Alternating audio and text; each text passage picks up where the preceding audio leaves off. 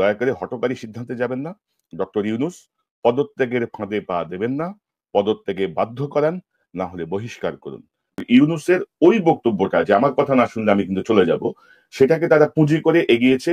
এটা হচ্ছে গোয়েন্দা বাহিনীর কৌশল, যে তাকে এই মুহূর্তে সরাসরি সরাতে গেলে যে ইন্টারন্যাশনাল যে প্রেশার আসবে বা ইন্টারন্যাশনাল যে একসেপ্টেবিলিটি তারা পাবে না, তারা নিশ্চিত তারা এখন অন্য পথে অন্যভাবে ডক্টর ইউনূসকে বিরক্ত করে তাকে সরিয়ে দিয়ে তাদের পোষা কাউকে সেখানে দায়িত্বে বসিয়ে তারা তাদের পারপাস সার্ভ করতে চায়। ডক্টর ইউনূস দয়া করে এই সুযোগটি দেবেন না। আপনাকে যদি সরাই আমরা দেখি, তোরা সরা দেখি কেমন পারস তোরা সরাইতে, তোদের হ্যাডামটা আমরা একটু দেখি, আই ডক্টর ইউনূস সরা দেখি। পাশাপাশি আমি বলবো যে প্রধানতম রাজনৈতিক দল বর্তমান সময় বিএনপি, দয়া করে অবজেক্টিভলি ভাবার চেষ্টা করুন। কদিন আগে আমি সেনাবাহিনীর একজন কর্মকর্তার সঙ্গে কথা বলছিলাম, যিনি মাঠে ডিপ্লয় আছেন। আমি বলছিলাম যে আসলে আপনারা করতেছেন কি, এই যে দফায় দফায় যে ম্যাজিস্ট্রেসি পাওয়ার দেওয়া হচ্ছে, আসলে এটা আউটপুট কি পাচ্ছি আমরা, আপনাদের কাজটা কি বলেন? তো তিনি বেশ কিছু কাজের কথা বললেন। তার মধ্যে তার একটা অন্যতম কাজ হচ্ছে প্রত্যেকটা জায়গায় তালিকা করা, অর্থাৎ যারা চাঁদাবাজি করছে, যারা টেম্পো স্ট্যান্ড দখল করছে, যারা হুমকি দিচ্ছে, যারা দখল করছে, এদের পাশাপাশি যারা ধরেন সরকারি কর্মকর্তা হিসেবে যারা আছেন, পুলিশ আছেন, কারা কারা ঘুষ দুর্নীতির সঙ্গে যুক্ত, তাদের তালিকা করছেন তারা নীরবে নিভৃতে। যদি কোনো, আল্লাহ না করুক, যদি কোনো কারণে এই ইউনিফর্ম বাহিনী যদি আসসালাম আলাইকুম দেশপ্রেমিক সেনাবাহিনীর দায়িত্ব নিয়েছে বলে যদি সামনে আসে, ধরে নেবেন যে বিএনপির অস্তিত্ব থাকবে না। যেই ডলাটা আওয়ামী লীগের খাওয়ার কথা ছিল, সেই ডলাটা যাবে বিএনপির উপর দিয়ে। ডক্টর ইউনূসকে পদত্যাগ যদি করানো যায়, বা ডক্টর ইউনূস যদি এই মুহূর্তে পদত্যাগ করেন, তাহলে জুলাই বিপ্লব আসলে শেষ হয়ে যাবে। জুলাই বিপ্লবের যারা জীবন দিয়েছেন, যারা এখন আহত আছেন, আহতদেরকে দেখবেন হসপিটাল থেকে ধরে নিয়ে জেলখানায় করা হচ্ছে, তাদের অনেককেই দেখবেন নানাভাবে মেরে ফেলা হচ্ছে। সো ডক্টর ইউনূস আপনি কেন পদত্যাগ করবেন? আজকে উপদেষ্টাদের সঙ্গে বৈঠকে ডক্টর ইউনূস এই জাতীয় একটি ধারণা প্রকাশ করেন। বিশেষ করে গতকাল জেনারেল ওয়াকারুজ্জামান যে অডাসিটি দেখিয়েছেন, যে ধৃষ্টতা দেখিয়েছেন, যে বেয়াদবি করেছেন ডক্টর ইউনূসের সাথে, একটা বাংলাদেশের যে হায়ারার্কি, যে র্যাঙ্ক গুলো আছে, অর্থাৎ এটাকে কি বলে, ওয়ারেন্ট অফ প্রেসিডেন্স, সেই অনুযায়ী 12তম লেভেলের একটা কর্মচারী, সরকারি কর্মচারী জেনারেল ওয়াকার, সে যেভাবে ডক্টর ইউনূসের সঙ্গে বেয়াদবি করেছে, সেটাই হয়তো ডক্টর ইউনূস নিতে পারছেন না। কিন্তু ডক্টর ইউনূস এই যে বেয়াদবি, এই যে অডাসিটি, এই যে ধৃষ্টতা যেটি জেনারেল ওয়াকার গতকাল দেখিয়েছেন, এগুলো কিন্তু পরিকল্পিত। যেহেতু যেহেতু আপনি বিভিন্ন সময় বলেছেন যে আমার কথা না শুনলে আমি চলে যাব, আমার কথা শুনতে হবে। যদি এটারও আমি সমালোচনা করেছি, আমরা এখান থেকে সমালোচনা করেছি, আপনি কেন চলে যাবেন? আপনি দায়িত্ব নিয়ে কেন চলে যাবেন? এখানে তো মানবিমান বা ইমোশনের কোনো কারণ নাই। এটা প্রেম প্রেম খেলা না যে আমার কথা শুনতে হবে না আমি চলে যাব। সো ওই যে আপনার যে মানসিক যে অবস্থাটা, যে আপনি একটু সেন্সিটিভ, আপনার কথা না শুনলে আপনি চলে যাবেন, ওই জিনিসটাকেই আসলে ঘোট পাকানো হচ্ছে। যেখানে ওয়াকার এখন বরখাস্ত হয়ে জেলে থাকার কথা, যে সশস্ত্র বাহিনীকে উস্কানি দেওয়ার জন্য, রাষ্ট্রের তার যে নিয়োগকর্তা তাদেরকে ইগনোর করার জন্য, তাই সে নিজেকে অভিভাবকহীন বলার জন্য, এই সবকিছু মিলিয়ে আপনার তার যাওয়ার কথা, আপনি কেন যাবেন? ভুলেও এই কথা ভাবেন না। উপদেষ্টা পরিষদের আজকের মিটিং এ দুজন সিনিয়র উপদেষ্টা তাকে বুঝিয়েছেন যে কি কি হতে পারে, হোয়াট ইজ দ্য কনসিকুয়েন্সেস, এবং আমি যতটুকু জানি যে তিনি তাতে সন্তুষ্ট হয়েছিলেন। কিন্তু এখনো কিন্তু নানা রকম গুজব ছড়াচ্ছে। এবং ইউনূস, আপনার সাথে আমরা সবাই আছি, বাংলাদেশের সাধারণ মানুষ আছেন। সো আপনি কে কাজ করতে দিবে না, এগুলো নিয়ে ভাবার কোনো কারণ নাই। আর সে কথা যদি বলতে হয় আপনাকে, বিশেষত আমি যদি দায়িত্ব নিয়ে বলি, আমি গত 9-10 মাস ধরে প্রথম থেকেই বলছি যে কোন কোন অপদার্থকে আপনি আপনার উপদেষ্টা পরিষদে ঢুকিয়েছেন এবং আলটিমেট সমস্যা কি কি হতে পারে। কিন্তু আনফরচুনেটলি আপনি কোনো বিষয়ই গুরুত্ব দেন নাই, আপনি হয়তো শোনেন নাই, অথবা আপনাকে শোনানো হয় নাই। বিশেষত আমি, পিনাকি ভট্টাচার্য, ইলিয়াস হোসেন, আমরা তিনজন বারবার বলেছি। এবং তখন যে কথাগুলো নিয়ে গোয়েন্দা সংস্থা ট্রল করেছে, আওয়ামী লীগের লোকজন কিছু জায়গায় উৎসাহ দিয়েছে, কিছু জায়গায় ট্রল করেছে, বিএনপির লোকজন উৎসাহ দিয়েছে বা ট্রল করেছে। অর্থাৎ আপনি যদি, আপনার সাথে যদি একটা স্ট্রং উপদেষ্টা পরিষদ থাকতো যারা বিপ্লবের চেতনাকে ধারণ করে, আপনার মনে হয় যে জেনারেল ওয়াকারের এত সাহস বাড়ছে যে সে নিজেকে অভিভাবকহীন বলবে? আপনি বলবেন নির্বাচন হবে জুন 26-এ, ওয়াকার বলবে জানুয়ারি 26-এ নতুন সরকার দায়িত্ব নিতে। এত সাহস তার, এত অডাসিটি! বন্দুক থাকলেই সব হয় নাকি? পারলে কিছু করতে বলেন তারে। পারলে তাকে কিছু করতে বলেন। এবং আমার কাছে যে খবর আছে, ইন্টারন্যাশনাল দু একটা সোর্সে যে খবর আছে, আমাকে বলা হয়েছে ওয়াকার যদি এই উদ্যোগ নেয় সে জাহাঙ্গীর গেট ক্রস করতে পারবে না, সে জাহাঙ্গীর গেট ক্রস করতে পারবে না। আর গতকালকের যে তার যে অডাসিটি, তার যে ধৃষ্টতামূলক যে বক্তব্য সেনা অফিসারদের উদ্দেশ্যে, এটি আসলে অত্যন্ত কৌশলে পাবলিক করা হয়েছে। অর্থাৎ তারা এখন মহাদেশ প্রেমিক হয়ে উঠছে, দেশপ্রেম একেবারে টুবাই টুবাই পড়তেছে। 2017 সালে যখন রোহিঙ্গাদেরকে ঢুকতে দেওয়া হয়েছিল, তখন সেনাপ্রধান ছিল আবু বেলাল মোহাম্মদ শফিউল। তো তখন এরা ছিল না অফিসার সেনাবাহিনীতে, তখন তারা বুঝে নেয় যে এটা একটা হাসিনা তার নিজে নোবেল প্রাইজ বা অন্য কোনো স্বার্থের কারণে এই সর্বনাশটা করতেছে। তখন দেশপ্রেম কোথায় ছিল?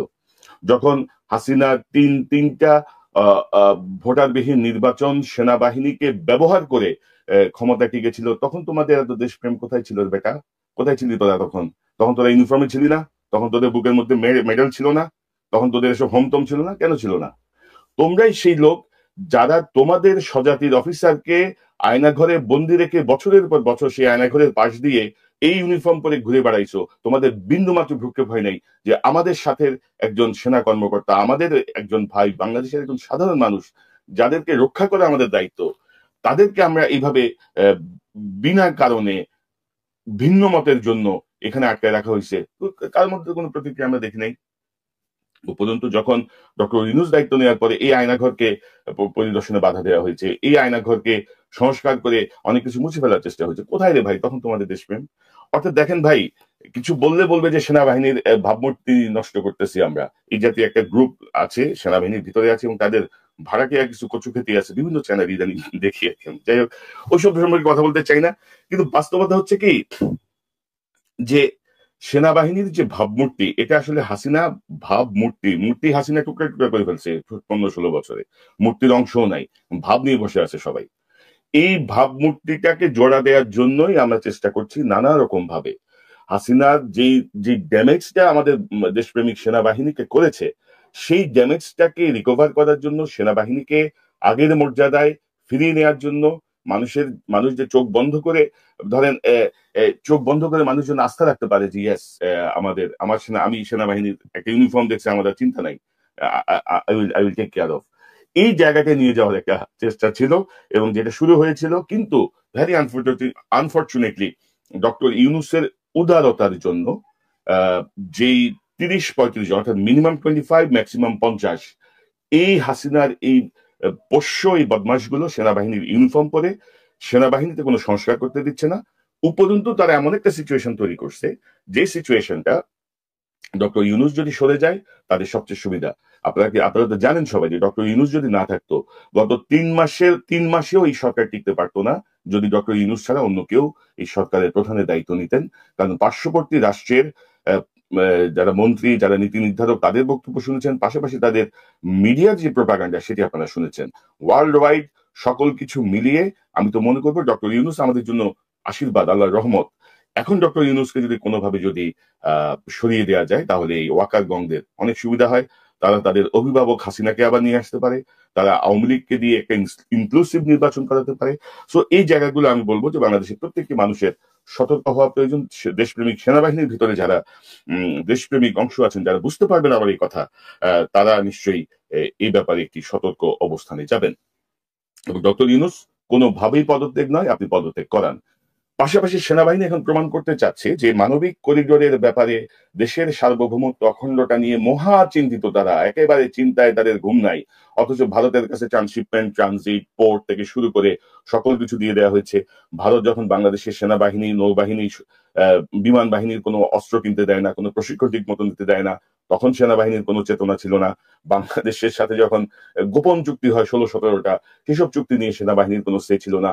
যা সেলিউটার পর সেলিউট, 30 লাখ টাকা দামের গাড়ি, 50,000 টাকা মাসের মেনটেনেন্স, হামতম, এটা সেটা, ব্যবসা বাণিজ্য, হুলস্থুল তারা ভেসেছেন, নিজের স্বার্থ ভেবেছেন, হাসিনার স্বার্থ ভেবেছেন, দেশের মানুষের স্বার্থ তারা কোথায় ভেবেছেন। তো এখনো সময় আছে, এইসব করে লাভ হবে না আর কি। ডক্টর ইউনূসের সঙ্গে ঠেলাঠেলি করে লাভ হবে না। এবং ডক্টর ইউনূস, আপনাকে বলি, আপনার উপদেষ্টা পরিষদের ভিতরে কমপক্ষে 4 জন সেনাবাহিনীর এই বদমাশ গ্রুপের সঙ্গে অ্যালাইন। তারা কিন্তু নানাভাবে চায় যে আপনাকে সরাবে। সেনাবাহিনী তাদের মাথায় সামনে মূল্য দিয়েছে যে ইউনূস সাহেবকে সরাইতে পারলে তোমাদের আমরা চিফ অ্যাডভাইজার বানাবো, তোমার আমরা হ্যান করবো, ত্যান করবো। তো দয়া করে আপনি পদত্যাগের কোনো প্রশ্নই উঠে না, পারলে দেখি কি কিছু কিছু কিছু করুক। আরেকটি বিষয় আমি আপনাদেরকে উল্লেখ করি, সেটি হচ্ছে ধরেন আজকে হঠাৎ করে দেখলাম যে আইএসপিআর থেকে একটি তালিকা দেওয়া হয়েছে। গণ অভ্যুত্থানের পর সেনানিবাসে আশ্রয় নেওয়া 626 জনের তালিকা দিল সেনাবাহিনী, অবশেষে অরিন্দম কহিলা বিষাদে। আহ, এই এই 626 জনের তালিকার আগেই 144 জনের একটি তালিকা স্বরাষ্ট্র মন্ত্রণালয়ের সূত্রে আমি পেয়ে এটি প্রকাশ করেছিলাম, যেখানে রাজনৈতিক নেতাদের বা অনেকেরই নাম ছিল না, শুধুমাত্র সরকারি কর্মকর্তা, পুলিশ কনস্টেবল, অফিসারের তালিকা ছিল। তো এই 626 জনের তালিকা দিয়েছে এবং সেনাবাহিনী আইএসপিআর এখানে ধরেন এটা মহান সাজার চেষ্টা করে, তো মহান মহান কথা বলেছে তারা, যে আবার এই শেষে ধরেন এক ধরনের ফালতু ওদের কিছু ন্যারেটিভস আছে না, যে এই যে কি জানো, আচ্ছা, তারা বলছেন যে তৎকালীন বিরাজমান নিরাপত্তা পরিস্থিতিতে আশ্রয় প্রার্থীদের জীবন বিপন্ন হওয়ার সমূহ সম্ভাবনা ছিল। দুঃখজনকভাবে কিছু স্বাক্ষরমুখী মহল উদ্দেশ্য প্রণোদিত ভাবে বিভ্রান্তিত সংবাদ ছড়িয়ে বাংলাদেশ সেনাবাহিনীর ভাবমূর্তি ক্ষুণ্ণ করার পাশাপাশি জনগণের সঙ্গে দূরত্ব তৈরির অপচেষ্টা চালিয়ে যাচ্ছে। অর্থাৎ সেই আবারও দেখেন ঘুরে ফিরে সেই ভাবমূর্তি, সেই উদ্দেশ্য প্রণোদিত সেই স্বাক্ষরদেশী মহল, যে ফালতু ন্যারেটিভস কিছু সেট শব্দ আছে মাথায়, এগুলো নিয়ে কাজ করে। আরেক একটা ভাবমূর্তি কারে বলে জানোস তোরা? জানলে তো এত কিছু হইতো না তোদের। তো এটা হচ্ছে আজকে তালিকাটা এনে একটা দৃষ্টিকে আড়াল করার চেষ্টা, কিন্তু তারা বলে নাই যে কত টাকার বিনিময়ে কাকে কাকে সীমান্ত পার করে দেওয়া হয়েছে। এই যে আমাদের হাসান মাহমুদ, হাসিনার যে তথ্যমন্ত্রী ছিল সর্বশেষ বোধহয়, এই হাসান মাহমুদ কত টাকার বিনিময়ে গেছে। আরাফাতকে ধরার পরেও কি তাকে কি এখনো আশ্রয় রাখা হয়েছে নাকি তাকে ছেড়ে দেওয়া হয়েছে? এরকম আওয়ামী লীগের মন্ত্রী, এমপি কি পরিমাণ আশ্রয় ছিল, কি যাদের নাম আছে এখানে, তারা কোথায় এখন? তোমাদের কাছে তালিকা নাই? তোমরা একটা বাহিনী, তোমরা কাউকে ছাড়বা, কোথায় ছাড়বা, কাজ জিম্মায় ছাড়তেছো, তোমাদের কোনো মাথা ব্যথা নাই? আমাদেরকে গরু মনে হয়? আমরা তোমরা যা বলবা তাই আমরা বিশ্বাস করবো, যা খাওয়াইবা? অর্থাৎ এটা এখন একটা টেনশন, এই টেনশনটা থেকে দৃষ্টি আড়াল করার জন্য মহান সাজার প্রচেষ্টার অংশ হিসেবে 626 জনের এই তালিকা ছেড়ে দেওয়া হয়েছে। আরেকটি গুরুত্বপূর্ণ বিষয়, আমি ইদানিং দেখছি যে সেনা সমর্থিত, সেনাবাহিনী পুষ্ট কিছু ইউটিউবার, কিছু তাদের প্রচার যন্ত্র, তারা নানাভাবে বলার চেষ্টা করছে যে বিশেষত আমি, ইলিয়াস হোসেন, পিনাকি, আমাদের কয়েকজনকে টার্গেট করে যে আমরা নাকি কু করানোর চেষ্টা করছি, কু। এবং একটি মজার একটা ভিডিও, একটা একটা ইয়ে দেখলাম, এই যে একটা কার্টুন দেখলাম, দুষ্টু কুকের ডাকে রে কুক কুক কুক কুক কু। যদিও এই কার্টুনে আমাকে বেশি মোটা দেখানো হচ্ছে, আমি আসলে মোটা না, অনেক স্লিম হয়ে গেছি।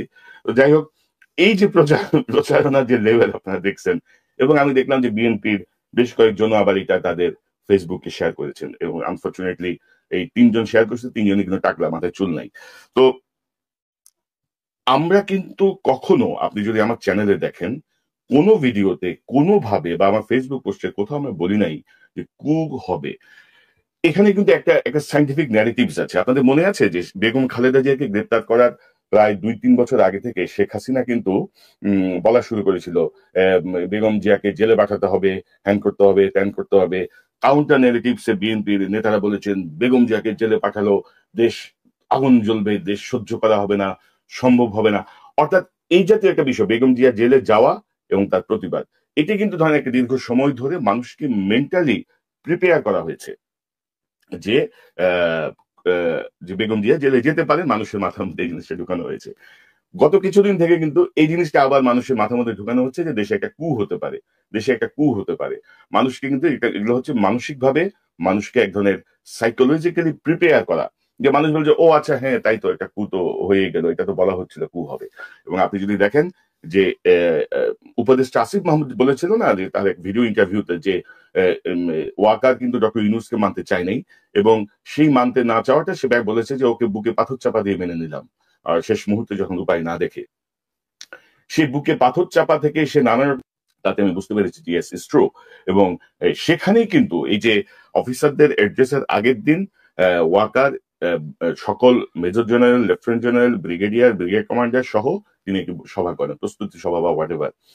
তো এবং এইটা করে সেখানে বেশ কয়েকজন ওয়াকারকে উৎসাহ দিয়েছে, বলেছে যে স্যার এই অবস্থায় দেশ চলতে পারে না, আপনি জরুরি অবস্থা ঘোষণা করেন, আপনি ক্ষমতা নিয়ে নেন। অর্থাৎ সেনা তারা একটা জরুরি সরকারের কথা বলছিলেন, কারণ হাসিনা এবং তার তার আশ্রয়দাতারা সবাই মিলে ওইভাবেই প্ল্যানটাকে সাজাচ্ছে। দয়া করে হঠকারী সিদ্ধান্তে যাবেন না। ডক্টর ইউনুস, পদত্যাগের ফাঁদে পা দেবেন না, পদত্যাগে বাধ্য করান, না হলে বহিষ্কার করুন। বাংলাদেশের জনগণ আপনাকে সমর্থন করে, আমরা সবাই আপনাকে সমর্থন করে।